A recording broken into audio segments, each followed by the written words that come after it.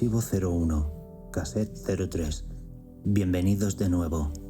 En esta grabación os traigo la leyenda de las brujas de Zugarramurdi. Os contaré los sucesos inquietantes que se ciernen sobre un pequeño pueblo en Navarra, escenario de uno de los aquelarres más famosos de la historia.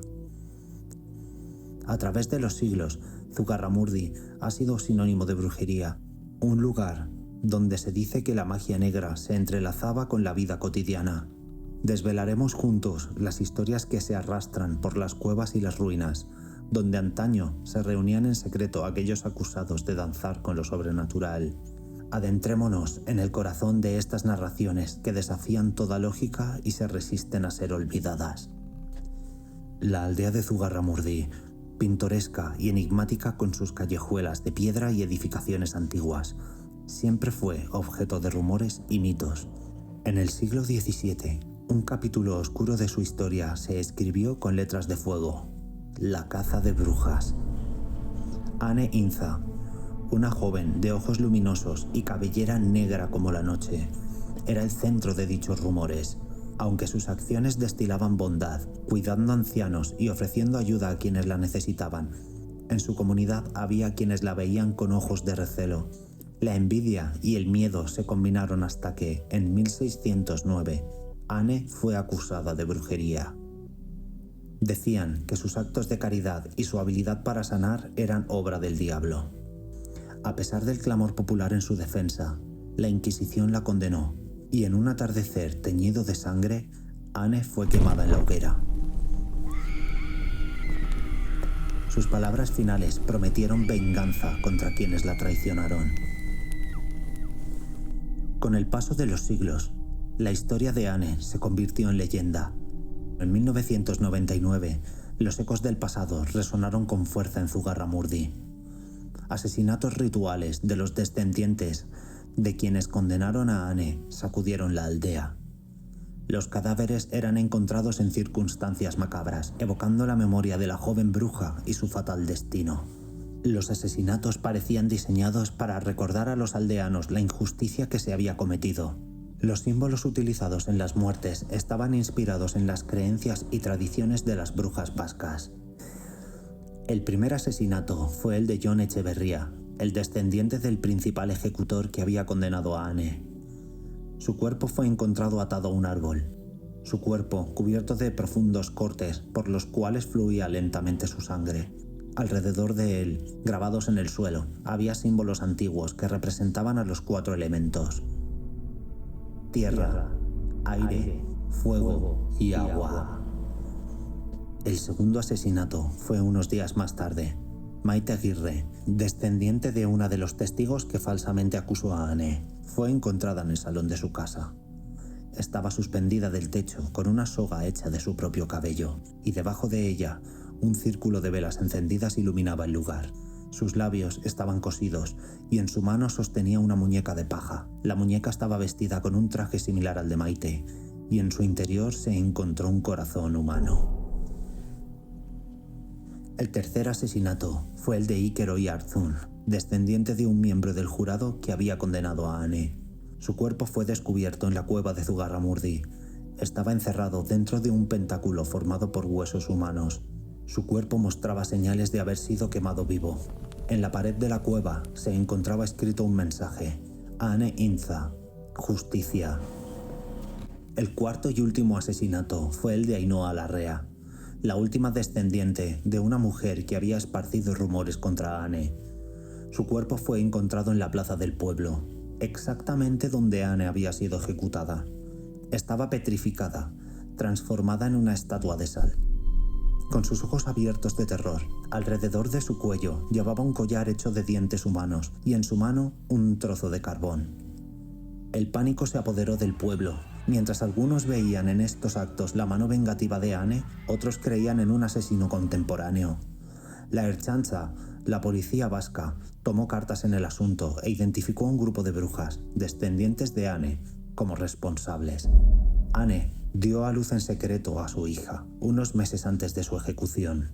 La niña había sido criada por una aquelarre de brujas, y con ella Comenzó una larga estirpe de hechiceras que, tras 300 años de la ejecución de su antepasada, decidieron que ya era hora de vengarse.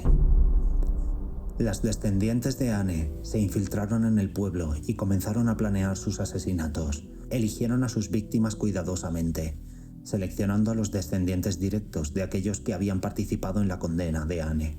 Con la esperanza de resolver el caso, los agentes se dirigieron a las viviendas de las supuestas brujas, pero al llegar solo encontraron casas que parecían abandonadas desde hacía años. Dentro había muebles cubiertos de polvo, paredes manchadas por el paso del tiempo y en el centro un altar con el retrato de Anne.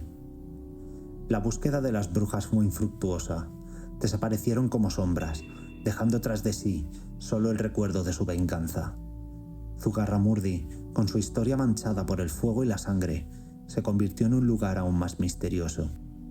La leyenda de Anne Inza se intensificó, convirtiéndose en un eco perpetuo de justicia y misterio que resonaría por generaciones.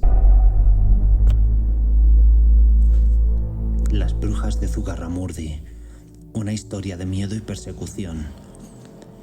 En la pintoresca aldea de Zugarramurdi, ubicada en el norte de España, los susurros de antiguas leyendas flotan en el aire. En los oscuros tiempos del siglo XVII, Europa estaba inmersa en el miedo y la superstición. Las brujas, seres misteriosos con poderes oscuros, eran perseguidas y acusadas de cometer atrocidades en nombre del diablo. El país de Labort, ubicado en la frontera entre Francia y España, no fue la excepción.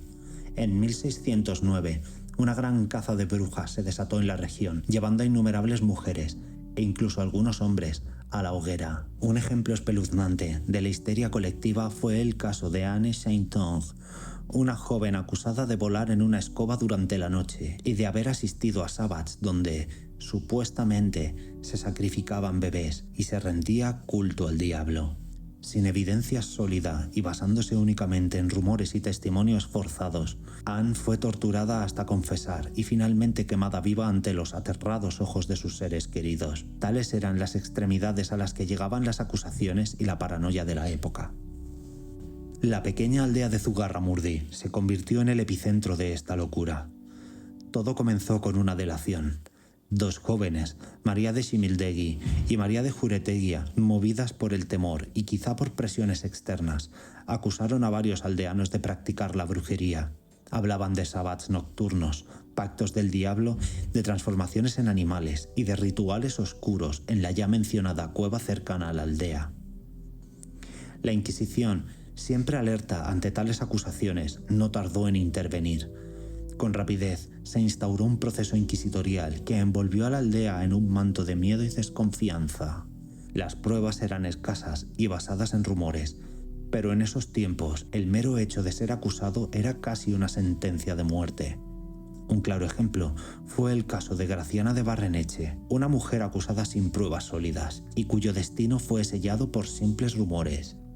Una tarde sombría, el pueblo de Zugarramurdi vio cómo sus vecinos eran atados y conducidos al centro de la aldea. Ante una multitud enardecida y temerosa, se celebró un auto de fe, una manifestación pública de la Inquisición. Aquel día, muchas almas fueron condenadas a la hoguera, acusadas de brujería, basándose en testimonios forzados y evidencias circunstanciales. Sin embargo, no todos en la Inquisición estaban convencidos de la culpabilidad de los acusados.